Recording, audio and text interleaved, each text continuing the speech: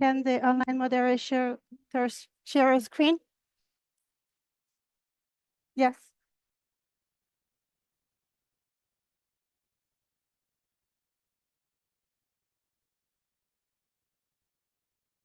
Full screen, please. Thank you. So the first question is this: how will the threat landscape for children in the digital world develop over the 4 next years? Just as a reminder, on-site participant can scan the QR code to participate to the survey. First point, it will increase significantly and lead to increased abuse and cybercrime. The threat situation is getting worse. It will increase significantly, but at the same time, children's awareness and knowledge of cybersecurity issues and protection against threats in the digital world will also increase. The threat situation will remain more or less the same. It will increase significantly, but better knowledge and well-developed defense skills, as well as better developed digital skills, will ensure that children can operate more securely in the digital world. In this respect, the threat situation will improve, or I cannot give an estimation. So just let you a couple of minutes to take the survey so that we can view the results all together.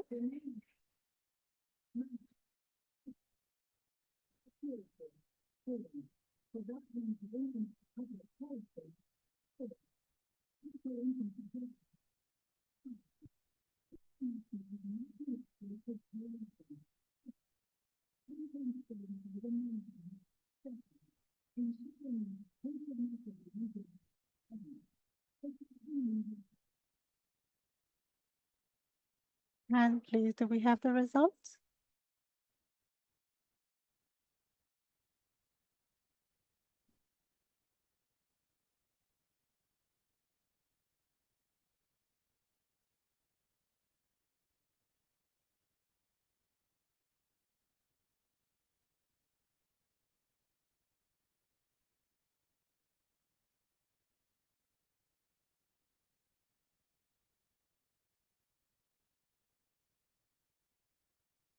The results are coming.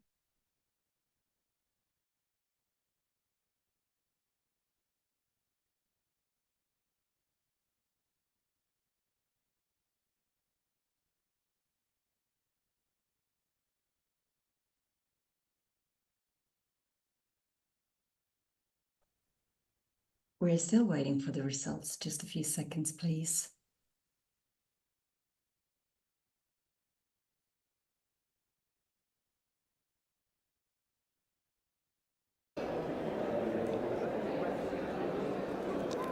Just a couple of seconds. I just received them. Give me 1 second to share the graph. Thank you, Anne.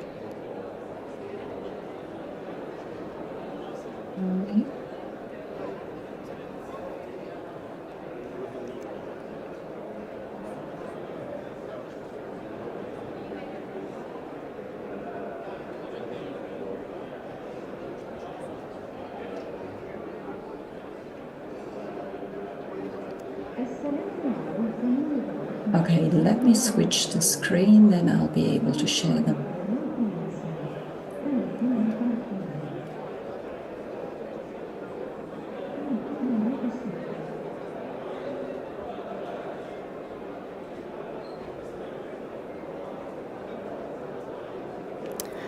There we go. Thank you. So we now have the results. So 70% of you have responded that it will increase significantly and lead to increased abuse in cybercrime. 33% of you has indicated that it will increase significantly, but at the same time, children awareness and knowledge. My mic is not clear apparently. Can you please fix it? Thank you. That it will increase significantly, but at the same time, children's awareness and knowledge of cybersecurity will increase. C, 33% of you has answered that it will increase significantly, but learning knowledge and well-developed defense skills will ensure that children can operate it more securely in the digital world. And at least 17% of you cannot give an estimation. So we will run again this survey at the end of the session and see if the result has changed. Thank you very much, Anne. So let's now start with our conversation with our speaker. I'm pleased to have with me today Melodina with us. Brief introduction, Melodina is a professor of innovation and technology governance at Mohammed bin Rashid School of Government in Dubai, UAE. She has 3 decades of senior leadership international experience and consult in strategy, working on policy issue with organizations such as Agile Nations, Council of Europe, and the Dubai Future Foundation. So Medildina, please tell us, in your opinion, what are the main threats, risks, and dangers for children in the digital world? And can you illustrate the negative effects with a few examples? And I will kindly ask you to share Melodina's slides, please. Thank you. Thank you so much. Let me start with just a little question. If I show you this picture, can you tell me where the threat comes? So this is what children play with. Post-pandemic, we went a lot online. And right now we're using gaming as an educational medium. For example, I'll just give you figures. Minecraft has 173 million users, active users, and approximately, if you look at the figures, less than 15-year-olds are 20.6%, but 15 to 21-year-olds. So this is a little bit funny. We don't know what that number is, 15 or 16 years old, is 43%. Let's take another online game, Roblox. 71.5 million users, 2/3 are children, right? And this raises these interesting questions because when I look at this figure, I don't know who's a stranger, who's a bot, what kind of information is getting. And if children online are using VR sets, and they are because parents sometimes let them unsupervised, basically when they play a game, which is approximately 20 minutes, there's 2 million biometric points of data being collected. This may not seem like much, but tomorrow this could be information that could be used for security. So I think the challenge that we have right now, the threats we don't see because we aren't having enough discussions. We're taking a one-sided view. Oh, it's online education and it's developing digital skills. But we're not looking at what might be the security concerns. We're not asking the questions, what happens if children are too long online? And here's another example that I wanted to show you. This is not working. Next slide, please. Could you put the next slide? Oh. Okay, so everything is gone a little bit off. So if I take something like this, there are a lot of age-appropriate codes being developed right now, but there's a little bit of a problem. The Global Online Safety currently showed that 18 to 19-year-olds scored very high on addiction. So that's 1/4 of them, and 18% of 13 to 17-year-olds. They didn't do anything lower, but there are children much smaller. I see babies with iPads who are 3 years and 4 years old because parents want to keep them occupied, right? And then we also see that many of these children have profiles put up, either directly or indirectly. So if a parent puts up a child's profile on Instagram or TikTok, there is data being collected. So we see that there is a problem in this gap. Another interesting thing is when there are crimes that are happening, most likely it's associated with people you know. So it's friends and family. Imagine a child playing online with a friend. They don't know this friend. Physically, the parents have not met them. So you can see how much of that threat increases. And then you add the concept of these non-player characters, which are AI bots. And we recently saw a 14-year-old commit suicide because he fell in love with his AI bot in the US. The bot did not ask him to commit suicide. It said, please join me. And the child assumed that was take a gun and shoot himself. So we see this little bit of, I wouldn't say little bit, horrific consequences of unsupervised online time. Another big challenge that I think is really important is when you look at the standards on how they decide what is allowed for children to play, there is no alignment. So I took this picture across different, it's the same game, and you can see 6-year-old, 7-year-old, 10-year-old, 12-year-old. So we don't have alignments on standards, and there isn't enough education for parents on this. So if I look at all the online harms, and I'm just going to leave that as an impulse, you see there's quite a lot, but I want to talk about things like self-harm, right? We right now find that WHO says the 4th largest cause of death among, and I'm taking 15 to 9-year-olds, is bullying and cyberbullying. Cyberbullying often happens online, and we may not recognize it because it does not result in physical harm, but it results in deep emotional harm. So I think there are challenges when we look at how we want to manage this process. I'm going to leave it there, but we leave more for questions afterwards. Thank you. Thank you so much, Milodina. And what you highlighted is very key, and it shows that there is a need to undertake actions to protect children. And this leads us to our next speaker, which is Elizaveta Beliakova. So very pleased to have you with us, Elizaveta. Elizaveta is the chairperson for the Alliance for the Protection of Children in the Digital Development. And Elizaveta, I wanted to ask you, so you created, you are part of these alliances.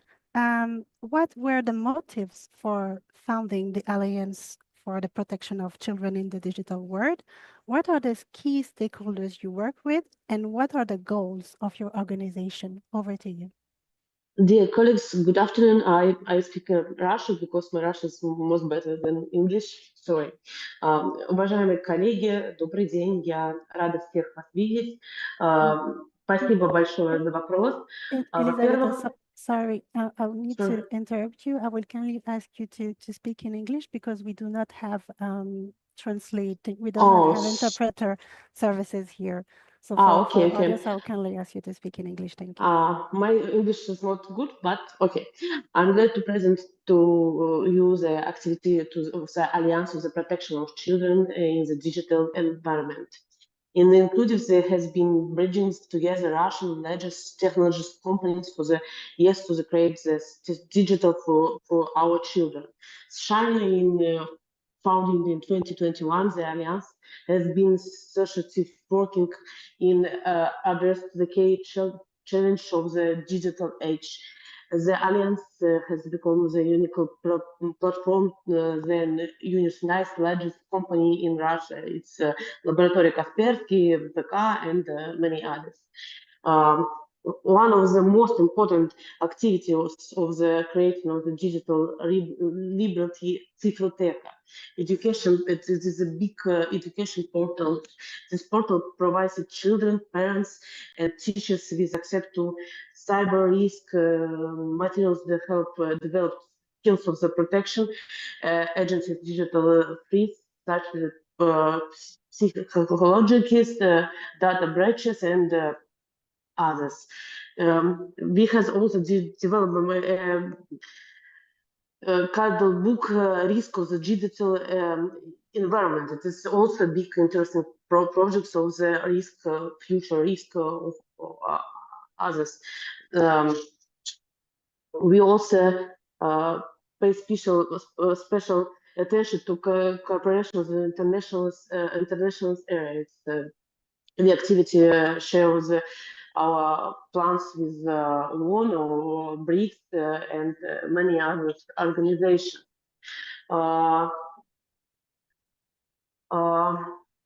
Let me also, sorry, this is really not okay.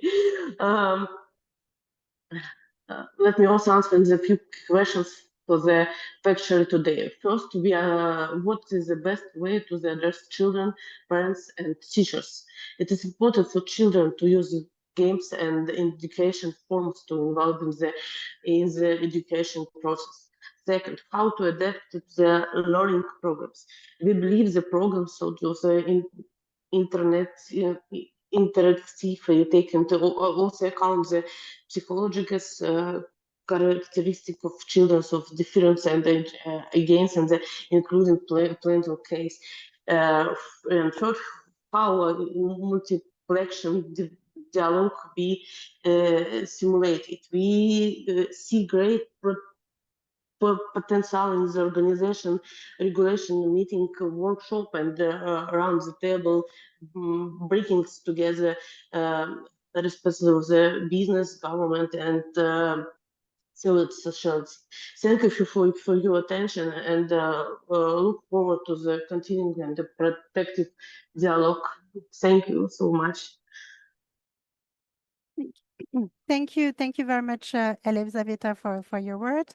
So the contribution that you're doing in this space is very important, and thank you for having shared your experience with us.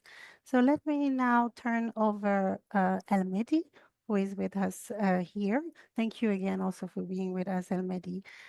Quick bio, Elmedi Roussafi is a cybersecurity expert and board member of the Moroccan Center for Polytechnic Research and Innovation, where he plays a key role in advancing cybersecurity initiatives and research. He also is a core contributor to Espace Maroc Cyberconfiance, a national program dedicated to protecting children and vulnerable groups overall in the digital space.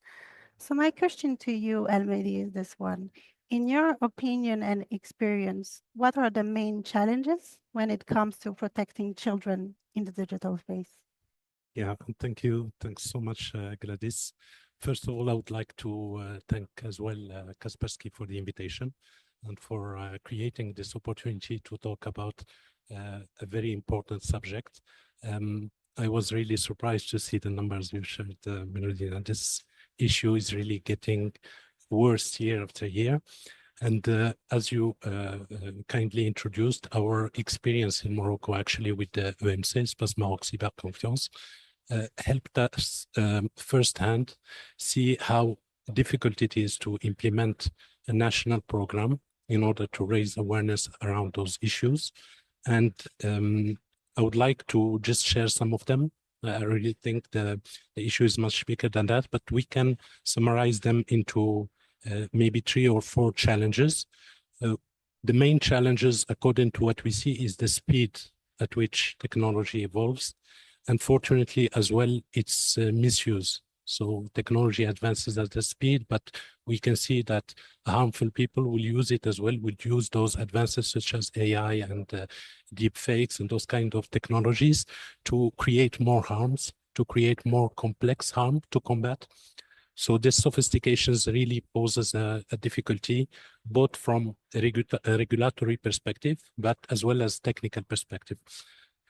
And acting quickly is something we are trying to implement as well through the implementation of the helpline to help children, for example, remove content online. We also try to go beyond children. We talk about really weak populations. So in order to act quickly, those target people we are trying to touch needs, and I come to my second challenge, to be aware, right? To be a minimum trained, to be able to detect actually a fraud scenario, I would say, or maybe a cyber threat in the internet realm. So while children are usually digitally savvy, we notice that they are not well trained into the main threats into internet and digital worlds. And equally, parents and educators are also may lack the knowledge, especially the technical knowledge and tools to guide them effectively in this endeavor. So this is the gap we see, and the cyber criminals actually exploit that gap. The third, maybe and final challenge would be the regulatory inconsistency across borders. And I emphasize on the across border. Our experience at EMC is to act locally, but we very quickly found out that we cannot. We are talking about internet, we are talking about internet giants, we are talking about platforms, international platforms. So we had to expand our reach, hence the collaboration with some of our partners like Kaspersky to actually touch and be in contact with the regulatory boards across border. So we are trying, and in Morocco, we've been addressing these challenges through multifaceted approach. I will leave some of those remarks to the next questions. Thank you. Thank you very much, El Mehdi. And I think what you share with us also highlight the need to have this multi-stakeholder approach at the end of the day. So having representative from the civil society, of course, including academia and government, which is key. And this leads me to our next speaker, Ang, who will represent the industry. So Ang, again, also thank you very much for being with us today. Just a quick intro, and then I'll share my question to you. So Ang Lee is Singaporean and a lawyer by training. He's a senior government affair and public policy manager at Kaspersky. Prior to that, he worked at the Singapore's Ministry of Home Affairs as Assistant Director of Technology and Data Policy. And he studied issues at the intersection of law enforcement and technology, including crimes targeting children and cyberbullying. So, Ang, my question to you, why Kaspersky as a cybersecurity company is committed to protecting children in the digital space, and what projects has the company initiated in that regard? Thank you. Thank you, Gladys, and my fellow esteemed speakers. Maybe let me answer this in two parts, the why and the how. Firstly, the why. I think Melodina and El Mehdi had shared a lot about threats and challenges of protecting children online. I just want to add one more perspective from the vantage point of a cybersecurity company. And why has the online quality of this problem made it particularly difficult and thus relevant to the entire tech industry? So in the physical world, we have special standards for children like child safety seats in the car and warning labels about small parts that could be easily swallowed by a toddler. These are tangible things that you can touch and feel. And if there's a bully at the playground, you know who he or she is and you can see what he or she has done. But the online world gives rise to a different set of behavior, what is called the online disinhibition effect, where individuals behave differently than they would in face-to-face interactions. It is partly because of the anonymity and the lack of accountability that the cyberspace offers, and partly because consequences aren't felt as immediately. And children who often do not have full appreciation of these consequences become particularly susceptible to this effect. Since the mischief here had arisen because of tech, the tech industry is naturally well placed to offer many of the solutions to counter these. Because tech practitioners have a good acumen of trends and designing these into a workable solution. Which brings me to the how. So what are some of the projects that Kaspersky as a company has initiated in this space? The first and foremost that I want to share is in parental control. Many cybersecurity companies have come up with solutions in parental control, and so has Kaspersky. Ours is called Safe Kids, and it's been around for 10 years, having been launched in 2014. This app, when installed on a device, protects children from harmful content. It will interact with search engines and block search requests, and once a week, parents will receive reports on what their child had searched for on the internet. This helps them to better understand their child's interests and to remind them what is suitable for them to search on the internet and what is not. The app also allows web filtering by enabling parents to block adult content, violent sites, and video games. Moving on to usage control, Safe Kids also allows the blocking of inappropriate apps based on the child's age. Parents can set time limits for the usage of the device by scheduling time slots and days off, and the device will also be blocked when the time limit is up. It can be switched off at a given time when the child needs to do their homework or be engaged in other screen-free activities. For how all-rounded this solution is, Safe Kids has received awards from the independent assessor AV Test from Germany and also at the Mobile World Congress in Barcelona. Of course, we know that such apps are not completely without controversy, so we've also issued guidelines on whether the installation of the app should be discussed with children and how. For instance, we are suggesting that from the ages of 3 to 6, there is no discussion needed. From 7 to 10, children need to be informed. From 11 to 13, there has to be a discussion. And from 14 to 17, there should also be mutual agreement. This is where tech really intersects with policy. So Kaspersky work also extends into thought leadership and education programs, engaging even parents and teachers who need to be equipped with the knowledge about cyber threats to make fully informed decisions about what is best for their child. On that front, Kaspersky has been conducting events to promote cyber hygiene habits, and in 2023 alone, we did 107 events, reaching out to some 700,000 people around the world. What we really sought to do is to share some of our findings on threats and make them actionable for parents and teachers, like anti-hacking, protecting children's privacy, identifying indicators of cyberbullying, and helping children become more resilient when digital devices become a norm. Kaspersky has also published children's books on good cyber hygiene habits. One of them launched this year is called Cybersecurity Alphabet, where we are teaching A to Z. But here, A is for authentication, B is for backup, C is for capture, and D is for digital footprint. It is a profound reflection of the world that we live in today and how fast changes are happening, because I don't think even adults may know all of these words. So I encourage everyone to download a copy. There are limited physical copies, which I think Gladys has also been distributing at our booth at IGF. Of course, there are still many other initiatives like a joint study with the UAE government on children's online habits, and a white paper written with the Singapore Institute of Technology on motivations for safe online behavior. These initiatives allow us as a cybersecurity company to contribute to the ecosystem as practitioners with real stories to share that is backed by data. But given the limited time, I won't be able to go into the details of many of these initiatives. I'll be happy to share more about these later on in the questions, as well as during the interaction session with the audience. Thank you very much. Thank you very much, Eng, for this comprehensive overview of the action led by Kaspersky. As you're saying, there's a need to have this conversation from the get-go with children. So now moving on to sort of conversation that I want to have with all of you panelists. So Almedia, you referred later to risks that are coming up with AI. So I will address this question to Melodina and Eng, but AI is often exploited by cybercriminals to harm children via deepfakes, as you mentioned, Almedia, or text that look convincingly real.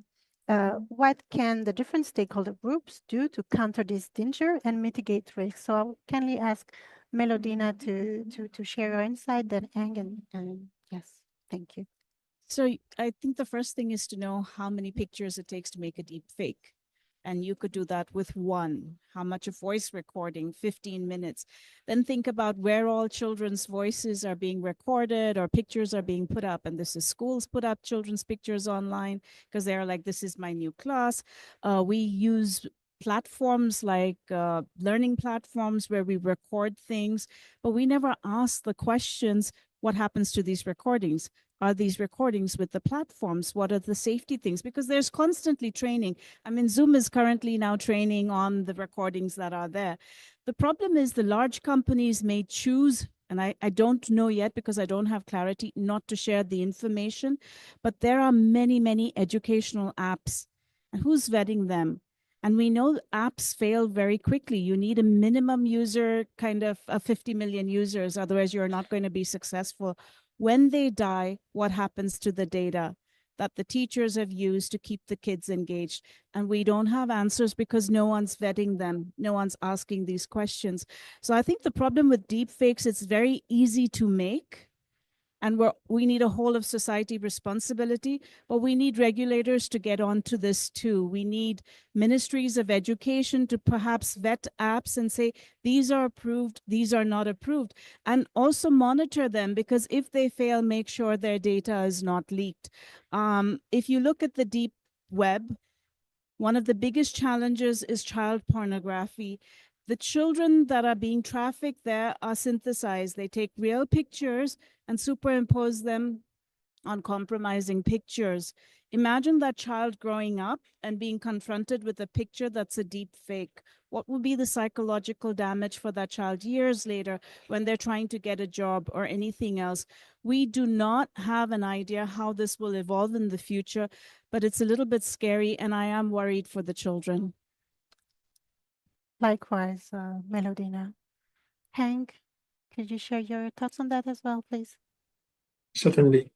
I think let me divide it into a few parts once again. So it's really the people, the process, the technology.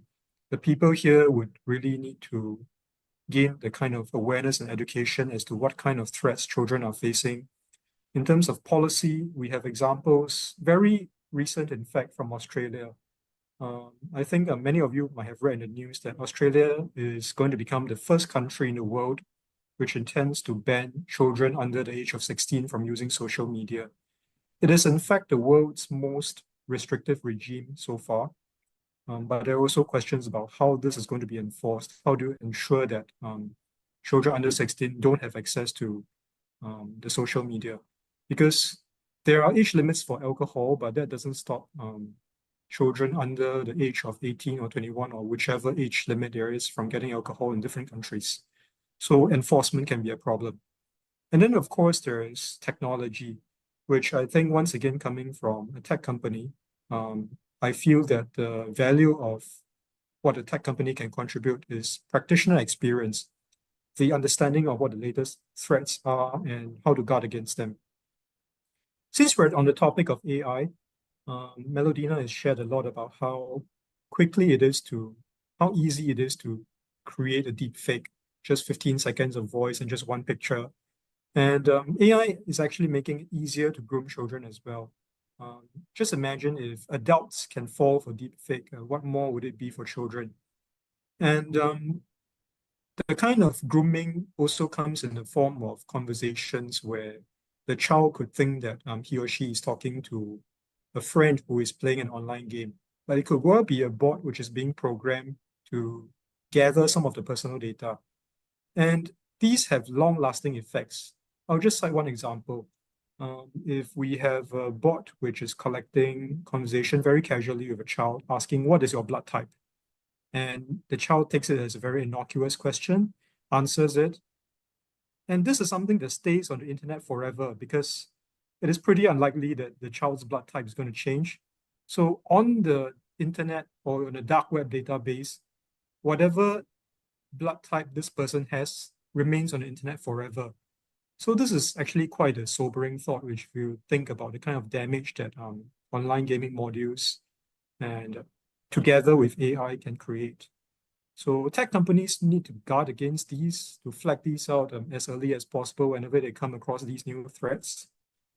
And coming from wearing my hat as a regulator previously from the Singapore Ministry of Home Affairs, I also think that there needs to be an enlightened approach when it comes to regulations to ensure the balance between consumers, protection, and innovation. Try not to jump into any new threat that emerges. Start with broad principles, guidelines, rather than a very blunt question like, how do we regulate ChatGPT? Yeah. So I think the kind of balance from regulators, contributions from tech companies are essential to create an ecosystem that's safe for children. Thank you. Thank you, Veng. Absolutely. And when you're mentioning guidelines, we can see here that it's about an ecosystem, really. So we're talking about children, but there is a need to also address parents and teachers, which leads me to my next question that I will address to Elisabetta and Elmedi. What is the best way to address children, parents, and teachers? And how can curricula be adapted to create sufficient, appropriate cybersecurity offerings? So, Elisabetta, please, I know that you answered some of the question earlier, but if you want to perhaps add some more comments to that.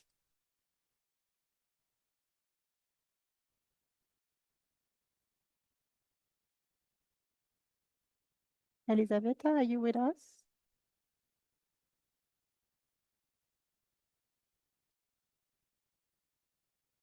No, perhaps let's start with you, Elmedi, if you can answer this question, please. Sure. So if I got the question right, we are talking about how to actually address children, parents, educators, and all the stakeholders. And of course, different targets would require different approaches. And first of all, let's talk about children. So what we noticed is that effective curricula are actually gamified. So would like or we would want to create interactive experiences while we teach children. We don't want to have a strict technical curricula. We want to get engagement. So remember, we said that one of the challenges is to get children trained, able to spot threats and alarms. So the easiest way and the most effective way would be to create gamified curriculas. We tried that through our subsections of EMC Youth, where we created actually games on internet and such kind of interactive experiences to get as many children engaged as possible. Now, for parents, the focus should be on practicality, right? So the guidance with parents needs to be ongoing, and it needs to be helping parents be equipped really to protect their children. And this is again due to the pace of technology. So when we talk with parents, and us included, talking about our generation, we start feeling that technology is actually, far ahead of us. So we actually need practical guidance. We need to understand. I understood Roblox from my daughter, and it took me some time to understand the threats behind that. So it's really very interesting to see how this pace and how parents sometimes feel lost. So again, at EMC, we created guides, practical guides for parents. Now, we need also to think about teachers, right? Because we think that peer-based and structured learning is also important when it comes to cybersecurity. So teacher would play a crucial role, and they are in constant contact with children. Us as an NGO, we are not as often with children as teachers and parents would be.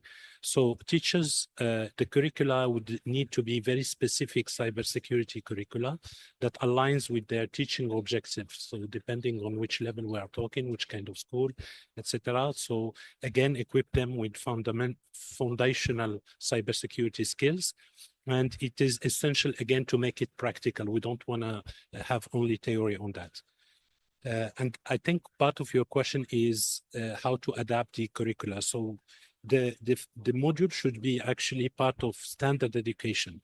Ideally, we want to have from an early age something evolving into more complexity as the child will grow in different levels. It can be like digital safety weeks, for example. This is some of the initiatives we have been doing, or online hygiene session. So we had that as well done with some of the classes. And again, it involves developing age-appropriate resources. So the key is to adapt curricula to every audience. Thank you. Thank you very much, Mehdi. I saw that Elizabeth was with us a couple of seconds ago. Elizabeth, are you back?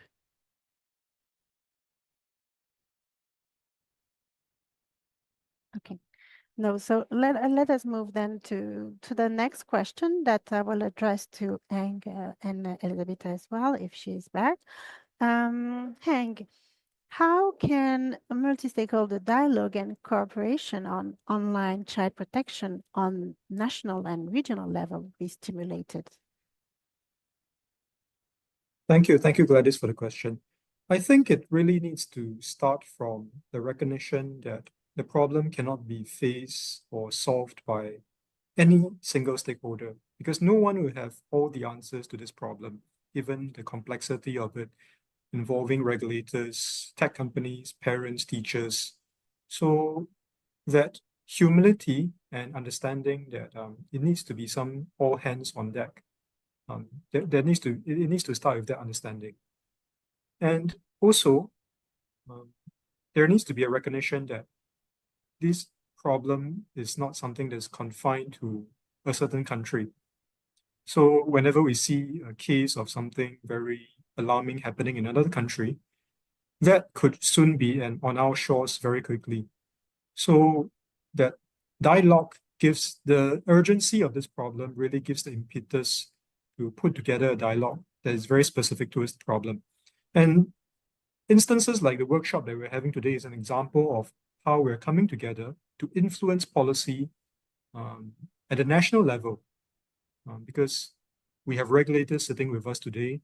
We have government representatives who can take these ideas back. It's a cross-pollination of ideas, not just from the industry, but also from people who have done it before, practitioners, NGOs, and academics like Melodina, giving very good ideas on how we can shape a balanced approach to regulating content on the internet that can protect children.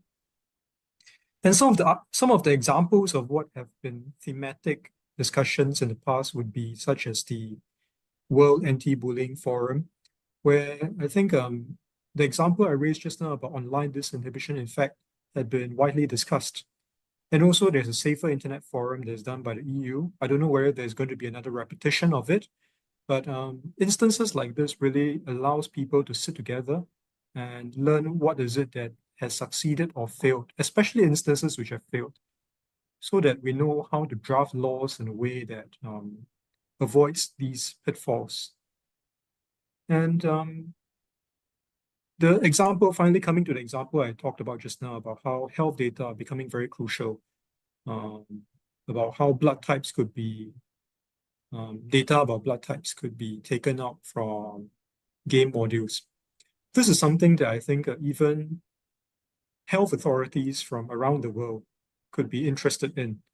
So, especially for children, because adults may understand the importance of keeping health data close to themselves, but children may not. And they could see it as, oh, I'm just sharing it to see if I'm making a good friend. Or they look at it in terms of whether I'm just sharing my horoscope. There's nothing wrong with it. So that awareness and education, once again, has to be present across different verticals, healthcare being one of them. So I think the involvement of different verticals, and I don't have a comprehensive list of what these verticals may be yet, but as and when there are new challenges that are targeted at them, they should be involved in this conversation. I think as a start, that will be a good approach to understanding who is it that we need to gather for these conversations. Thank you. Thank you. Thank you very much, Ang, for these thoughts. And this give us the opportunity also to open the floor for some comments and questions. And I've seen that we have a request from the Ministry of Education. Could we please give open mic to Mr. Andrei Gorobets? It's online, right? It's online.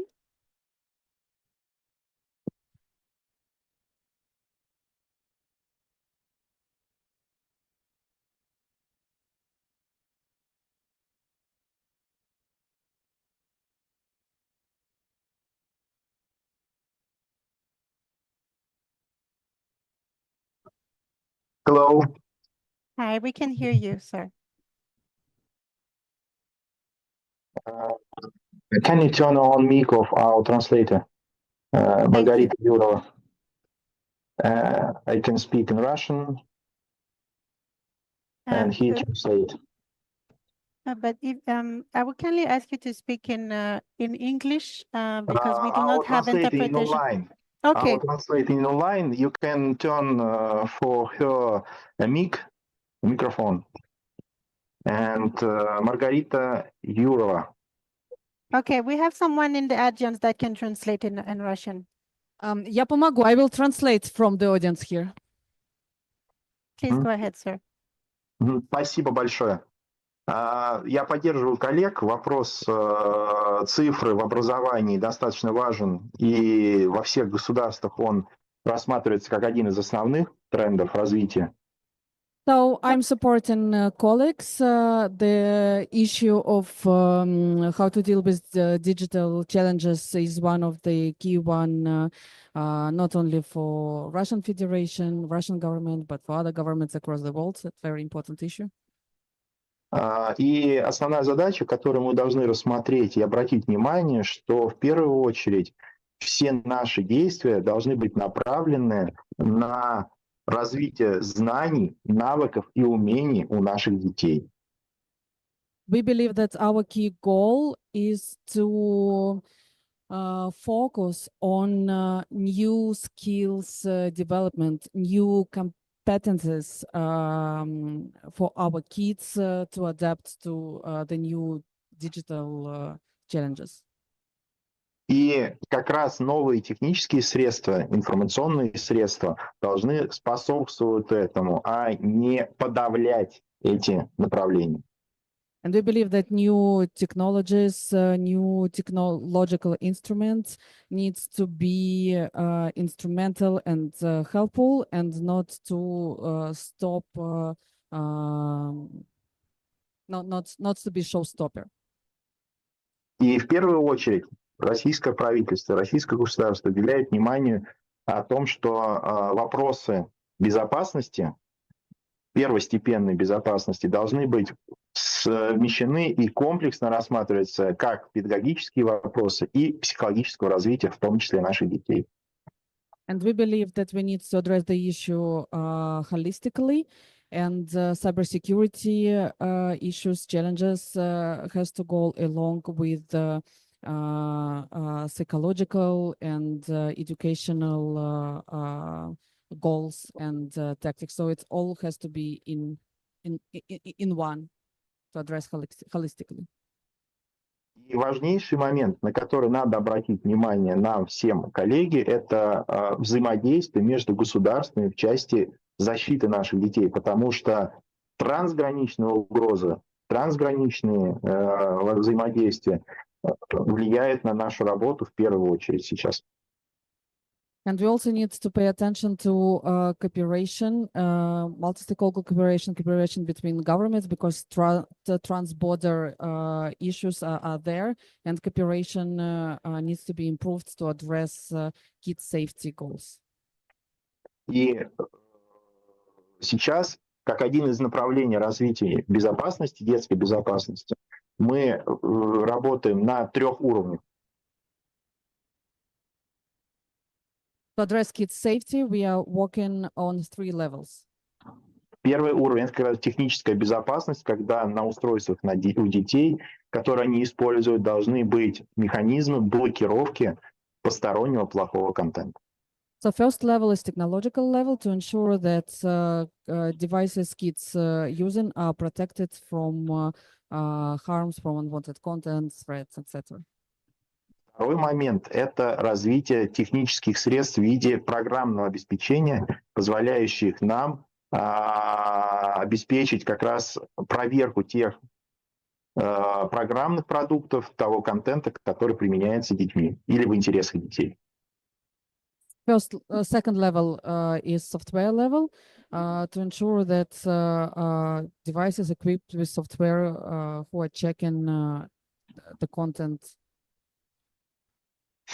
И верхний уровень – это, конечно, содержание, то, на что мы должны обратить пристальное внимание, потому что в содержании как раз находятся те важные моменты развития наших детей, которые мы должны в первую очередь контролировать и в первую очередь обезопасить от этого, от постороннего, соответственно, вреда в них. And the third level is content level, substance level, like to ensure that what kids consume is safe, is curated for their development.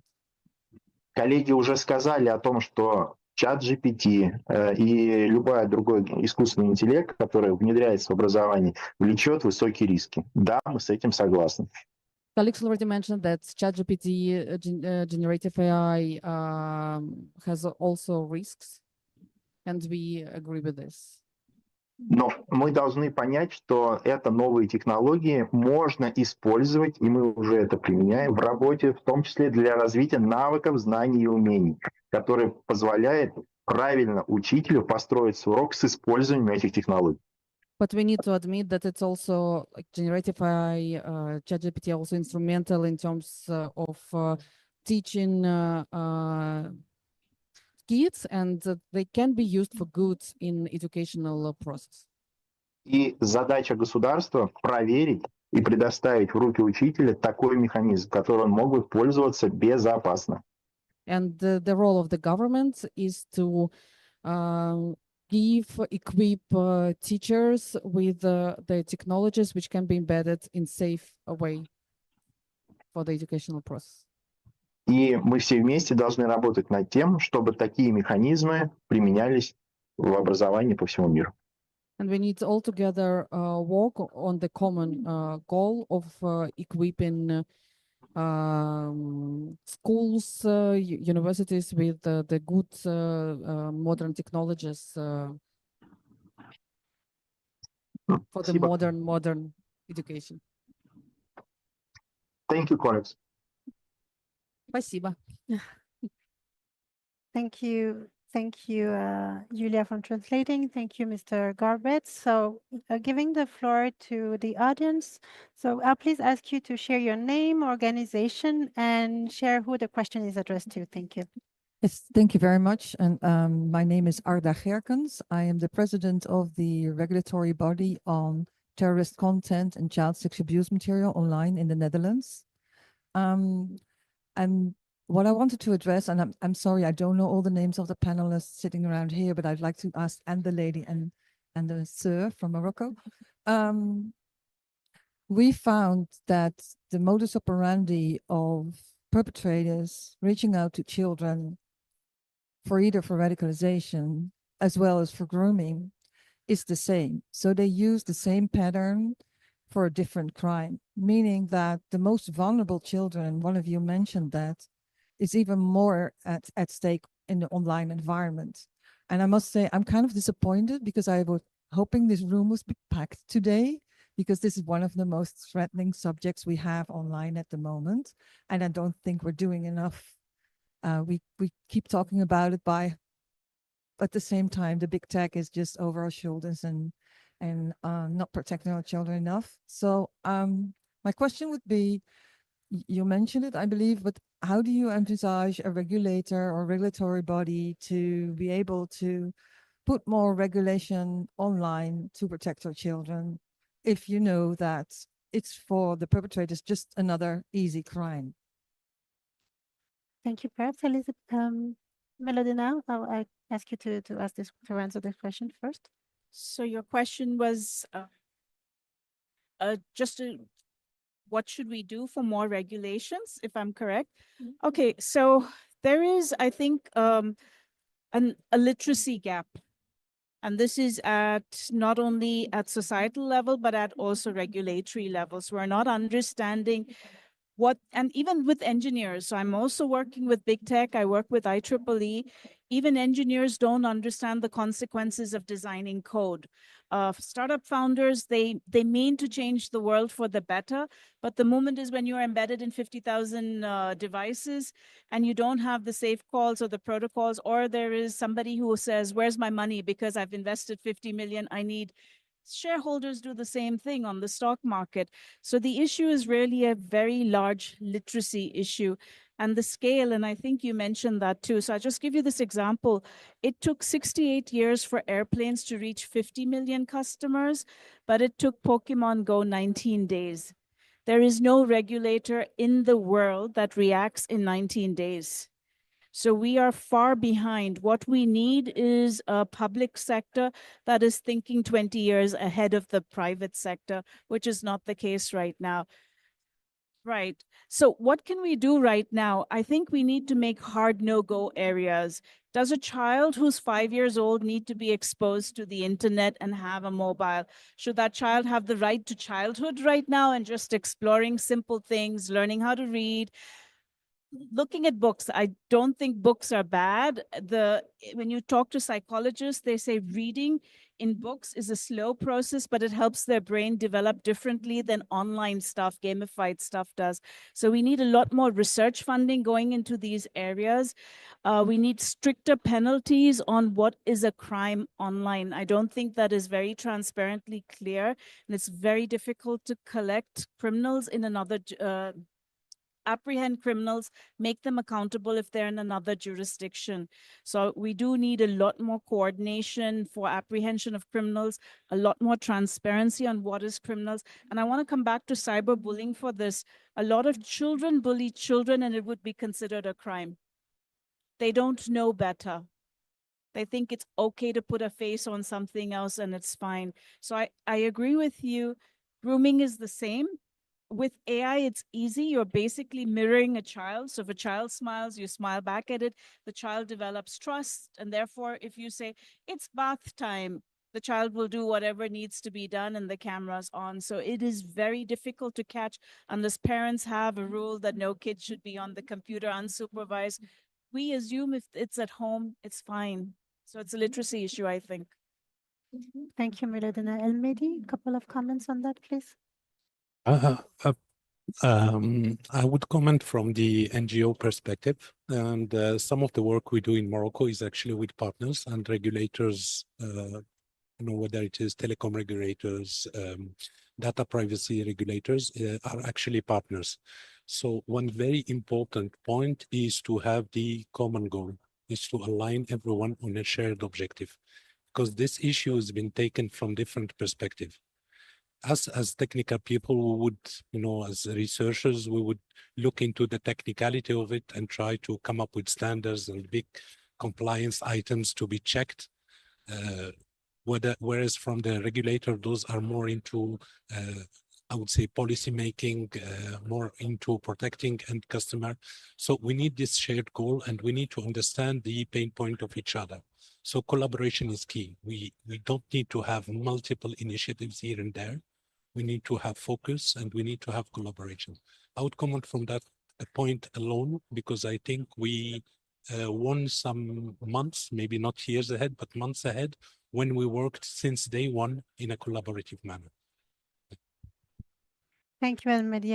And perhaps since we also have Ang with us, and I know that Kaspersky is closely working with regulator, could you please share the perspective from the industry? Certainly. Maybe I'll just share from my region, which is in Asia Pacific. I think when it comes to regulations and how we respond, like what Melodina rightly pointed out, there is no regulator in the world who could be responding to a challenge like this of this magnitude in 19 days. So in my home country of Singapore, there have been different outfits that's being set up to respond to new challenges that are emerging. So for example, an issue like child safety will straddle across a few ministries. In public security, the police might come into it, the internet regulators might come into it, the social affairs people might want a hand in it. So the latest problem to enjoy such an outfit is something like the protection from falsehood. So there is a dedicated office called the Protection from Falsehood Office in Singapore. And if can you hear us?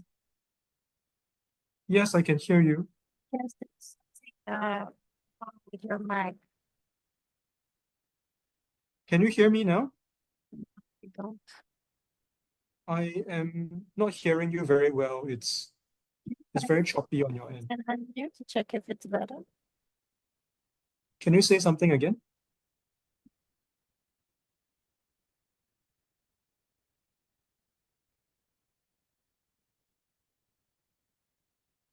Gladys, are you saying anything? Yes. No, sorry. There is some issue. Online you can hear him great. So it's here actually. It's on site. Okay. The issues comes Yeah. from on site. So I think what we will do is while we're fixing this issue, we'll give the floor to another question, and then I'll come back to you once we are fixed, because online they can hear you, but I believe that we're having issue with the. Okay. Do you want me to continue? Because I kind of No, hear you. Now it works. Now it works. So Okay, please go ahead, and then perfect. we will take your question afterward. The question from the audience. Please go ahead. Sure. I was talking about how there are different outfits that are being set up for specific purposes in Singapore, like the Protection from Falsehood Office, the anti-scam commands. So have we come to a time when we need a child protection authority for online content? And how does that overlap with existing outfits which are in the physical space for child protection? And what is the qualitative difference other than online disinhibition that warrants such an outfit? These are all problems that we need to think about from a regulatory perspective. And it's tempting to think about how we answer questions in terms of let's have a new team of people doing it.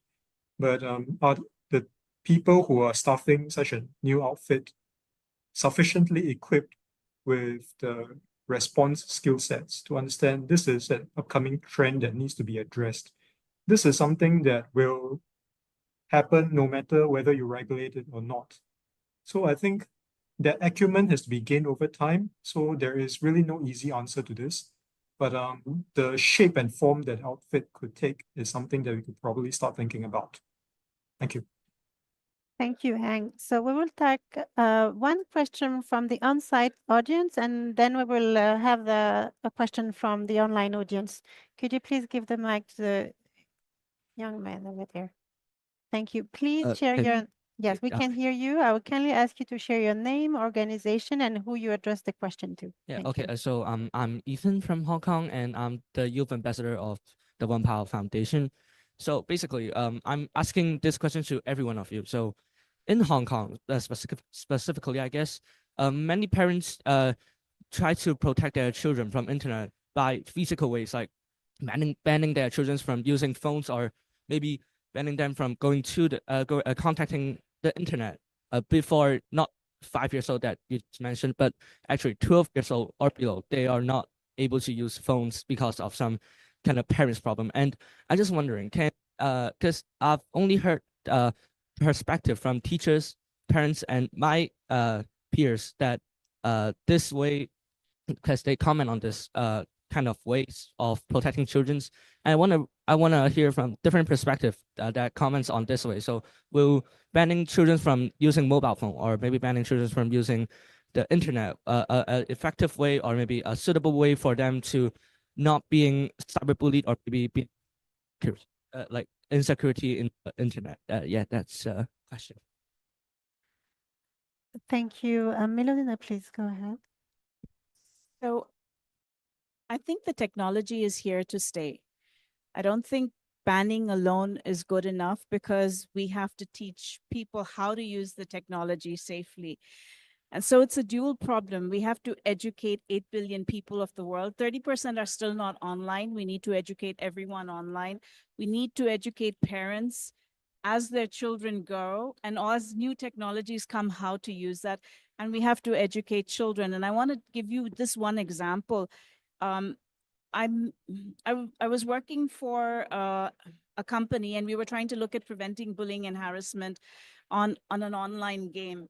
And everything we did, we parents came, and a lot of us were adults, so we came together and we looked at cyber tools, we looked at content moderators, we looked at algorithms, we looked at AI bots.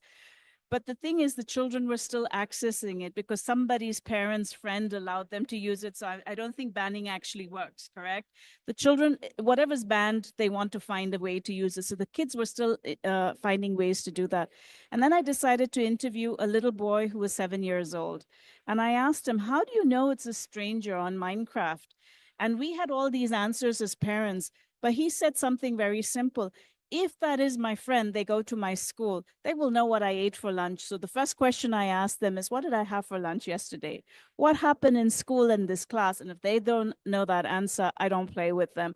And I thought this was not something I would never have come up myself, but we also need to involve, and I'm very happy you're here, we need to involve the children in this dialogue, because they may have answers, because I'm not playing on the ground. I'm not comfortable with that thing. So thank you for asking that. Thank you, Melodina. Elmedi, a couple of comments on that? Yeah, I think everything has been said. I would just say that this method of forbidding to children might seem to be effective, but what we noticed talking to children and parents is that there is a more effective way, which is to actually build trust with your child as a parent or as an educator. The child needs to trust you enough to be able to come forward if he's being harassed or if he's being bullied on the internet, without fear of reprisal or without fear of punishment. So open communication is key. We advise technology will also, is very fast, and children will get access to technology. Banishing access to the device itself might not be effective in our current world. So open communication is key, and building trust with your child so that everything can be said, in an open manner. That's our advice. Thank you, Almadi. Ang, do you have brief comments from industry perspective? Yes. Thank you for the question. I'm very happy to answer it. Having lived in Hong Kong myself, I'm going to start with a Cantonese answer, which is 世界潮流浩浩蕩蕩，順之者聰，逆之者亡. So in short, it really means there are trends in the world that we can't really disobey. And like what Melodina says, I agree with her that the tech is here to stay. Which is why, going back to what I mentioned just now about the guidelines for safe kids, when we interact with parents on whether or not to tell them or to discuss with the children before they install safe kits on their children's phone apps. We're saying that for the younger children, maybe there's no discussion needed. At a certain age, there needs to be information about where am I doing this for, so that it doesn't have to be very prolonged kind of information, just that there is an app that I'm installing to protect you. But at some point in time, you realize that especially by 14 to 17, our guidance has changed to you must get the children's permission before you install the app, because we also recognize that you can probably install the app, but the children they are also wise enough to know how to uninstall the app from their phone. They could even be reinstalling it every day before they come home. Or they could have a different phone altogether for their day-to-day interaction and a dummy one just to show the parents. So there is really no hard and fast or blunt way of solving the problem itself. But I think that constant communication to maintain trust between parents and children, rather than a blanket ban, will be something that is more effective and sustainable. Yeah, thank you. Thank you, Ang, for your answer. Now, perhaps turning to our online audience to check whether or not there's a question. Anne, please. Yeah, there is one question, and it comes from Jochen Michels, who is the head of public affairs Europe at Kaspersky. And this question goes to Melodina and El-Mehdi, please. So the question is, how can the different competencies of the various stakeholders be brought together to ensure better protection, good and sufficient training, and appropriate solutions for children, parents, teachers, and other stakeholders? And should this start at a local level and then be expanded regionally and globally? Thank you, Anne. I'll kindly ask El-Mehdi to answer first. Yeah, thank you for the question. So I think that it's a problem for everyone. So again, we are emphasizing on cooperation. So every stakeholder will bring something to the table. Regulators will state, as I said, common objectives, I would say, and those big ethical, I would say, guidelines. NGOs will help to touch the ground. We believe in the NGO work. We think it's very effective. Vendors will provide as well technical solutions, technical responses. Educators, academia will provide the research, oversight, early warnings. Those years ahead, we need it's actually needed from research, and we need to be, aiming for the best. We don't. We really need to be looking forward and having those years ahead. So everyone can collaborate to actually build a common, I would say, strategy. So acting locally is very important. This is where we touch. This is where we also take in consideration local points, such as the one we just heard. So locally, it's very important, but we need to open those channels of communications. One example would be, for example, AI regulation. This is a big subject and cannot be local. This is a global issue, and it needs to have a global regulation. It needs to have global guidelines. So acting again in the spirit of collaborations, let me just share that we work with those big tech companies like Meta and TikTok, and to open this channel of communications, to be able to, as a partner of trust, they call us, to be able to report content so that they remove it maybe quicker than on a regular basis. collaboration, and hopefully we get there with the help of everyone. Thank you. I agree with everything you said. I just want to talk about competencies. One from government political will. That means this ruthlessness that I will ensure the child is safe. And what does it mean safe? So I want political will from governments. From industry, I want alignment on values. What does it mean when I say for good? So this ruthless alignment on values across all industry. From society, we want a reflection of culture. I have to say that we have different sorts of culture all around the world, and I would like that to be there. So for me, for example, a child is not just below 14 years of age. I would think a child is 18 or 19 or 20. So maybe the way I look at the child is slightly different than maybe somebody in Europe does. I want that also, those nuances of culture to be there. And from researchers tend to publish research either for something or against something. I think we have now evolved enough. I would like them to publish both for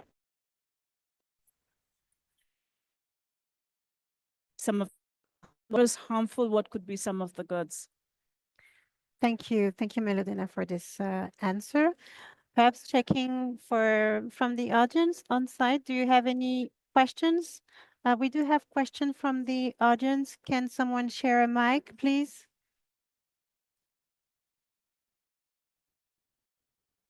So, one question.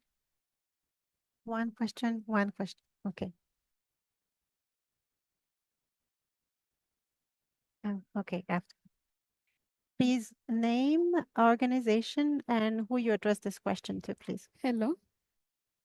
I'm Grace from the Pan-African Youth Ambassadors for Internet Governance. Yes, so I come from Uganda, where awareness about online risks is very low. So my question is addressed to anyone who can answer. So I'd like to maybe have campaigns. How can I collaborate with any of you to raise these campaigns and let people know about online child protection? Thank you. Perhaps this question, I will address it to El Mehdi, who can share his concrete experience and share some of the best practices that Espace Maroc Cyberconfiance has been doing. Thank you. Sure. So again, and I'll profit from this question to also share some best practices. So I talked about common goals. I think clearly here we share common goals, but one very effective way to work and to start such campaigns would be to work by small focused work streams. We call them task force. So let's get all our partners. So we have a team who will get there and contact every stakeholder partner, whether from the public sector or the private sector. We go on the field, we talk, we produce a project, we work in a project mode, and we build those task force. So, and if, for example, you would like to build this kind of campaign, I would suggest that first you list the stakeholder. List who in the local area is actually able to support that project. For example, regulators, telecom operators, IT companies, and maybe also ministries of education. So those kind of stakeholders, we need to contact them to this kind of partnership. Coming from the NGO world, it also gives you a kind of a trusting, I would say, hat, because you are willing to work basically for non-profit, to give from your time. And as young people, I believe this is very important. This is part of your education. So a good portion of your time should go toward that work, to give them trust. And then, as I said, working in small teams. Okay, we want to build a campaign towards schools. We need someone from the ministry. We need someone from the education to build the content. We need some experts. And from my experience, I know we are in the same continent, and I know how generous African people are.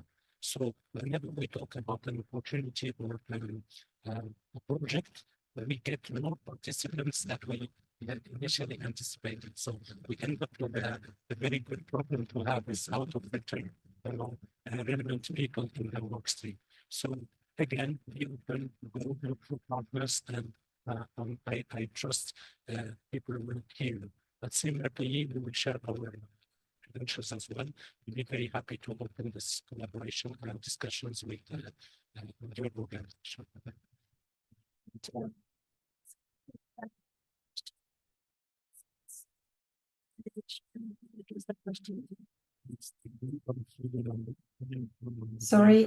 Sorry if I chip in. For the online audience, the sound quality got really bad at the moment. The online audience can't hear. This one is related to what Grace suggested. But the second is that Yes, is there anyone speaking on site? I echo N's comment. We cannot hear anything. Countries whereby the digital is still like a new sector. And that's what allows the economy to grow. Sometimes, like from the regulator, those we can have, like we can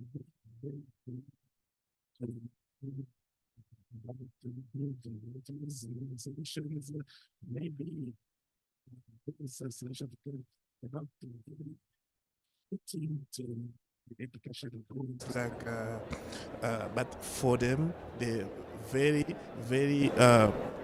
What is paramount is also to make money out of this, and the government also is picking like some taxes like on that, and so it's becoming now very tough to address such issues like in a way of let's say a policy way. So maybe the easy way to come up with the issue is now to bring about some solutions, some experiences from abroad, from maybe other countries whereby proven solutions have been found. But now, all what we notice is also from the content creators. Sometimes, because we are calling upon local content, now local content creators are not really skilled. There's no sound in the Zoom room anymore. Now they're solving the issue. There is no sound in the Zoom room, apparently. Okay. Yes, I was saying like another issue, the part of the issue is lying at the content creator wise, because they are not really skilled, they are not really aware of educational curricula prerequisites. For them, it's just to have the solution, to have something like a material, something on the hand that they can share and they can maybe sell out. So now, what I can suggest, like from this workshop, is that to allow us, as we are coming from such countries,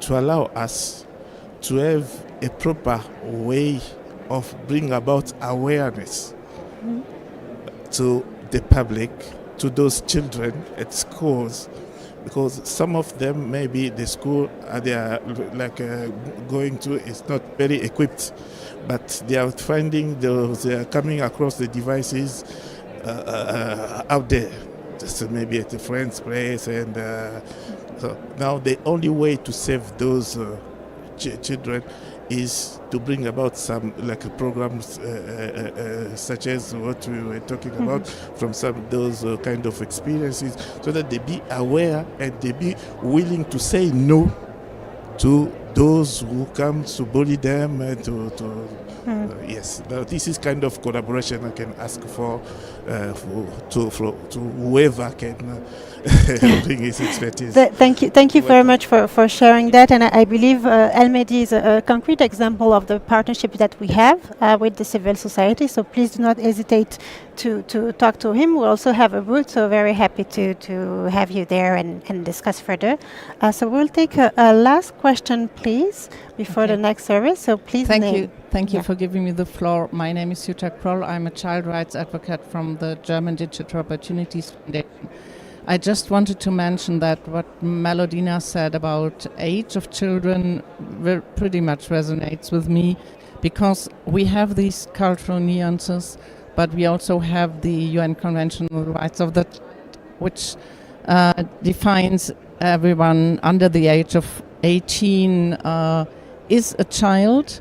And with regard to all the questions that we've been discussing, I would like to refer to the principle of the evolving capacities of the child. So it's not a matter of exact age of whether a child is 12, 13 or 16. It's about their evolving capacities. And I also would like to go back to Grace's question, because in 2021, the United Nations Committee on the Rights of the Child adopted General Command number 25 in regard of children's rights in the digital environment. And this is the document that you can base all these questions, whether there will be education. The states that have ratified the UN Convention are obliged also to implement the rights of the child in the digital environment. So when you're asking for training for digital literacy and for cooperation, you can go to your state government and say, hey, you have ratified the UN Convention, and here is the basis. You are obliged to do something for the young generation to make their rights come true in the digital environment. So I think it's kind of groundbreaking that we have a document from the United Nations where you can base child online safety, but all their rights to provision and participation. Thank you so much for listening. Thank you very much for your comments. So we're entering now the end of our session. So before closing, we will run out again the survey. So Anne, I'll kindly ask you to share the slide. So it's the same question, see that it has evolved. So I kindly ask the on-site participant to scan the QR code and participate in the survey, and then we'll review the result afterwards.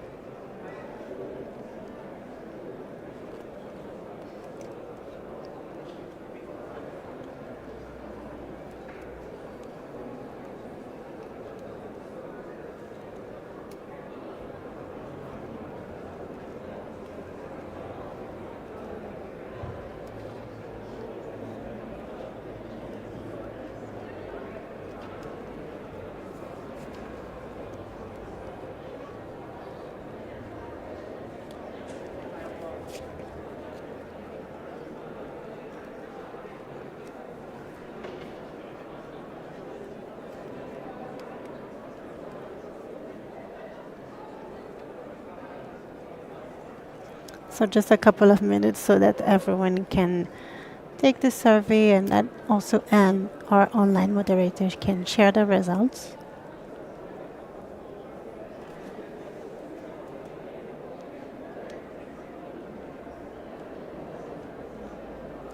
And it will also be the opportunity to see if the answers have changed after the session.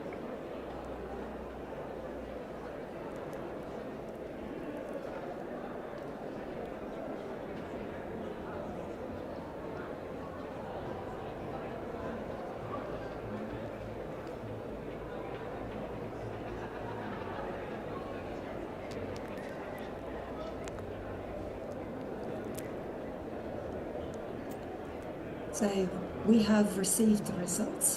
Okay. Just give me Excellent. 1 second to change the screen. Thank and you, show the Anne. results.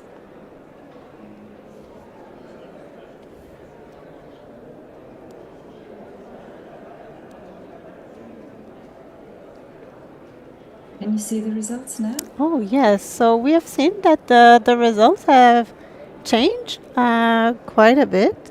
So now, actually, more of you saying that the threat will increase significantly and lead to increased abuse and cybercrime, that the situation will get worse, both on the A and the B aspect, but nonetheless, also more of you believe that the awareness and the knowledge of cybersecurity issues and protection against threats in the digital world will increase.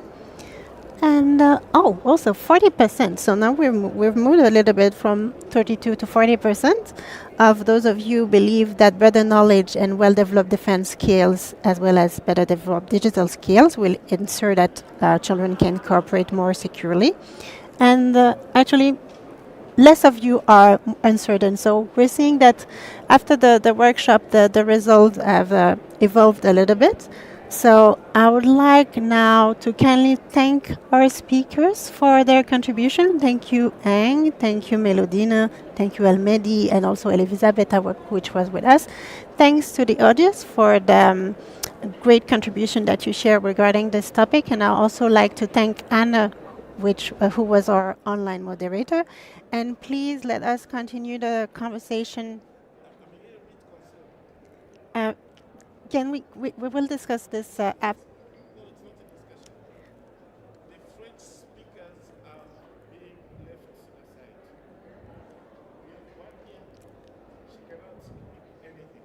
Okay, we will share about that, but let me just conclude the session and then we can take the conversation together. So I would like to thank you all for participating in the session, and please let us continue the conversation together. Thank you.